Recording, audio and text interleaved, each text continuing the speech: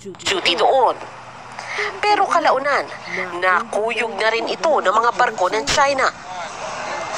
Ang escort nitong BRP Cabra, nariyang businahan, habulin at dikita ng Chinese Coast Guard. O kaya ikat ng Chinese militia vessel.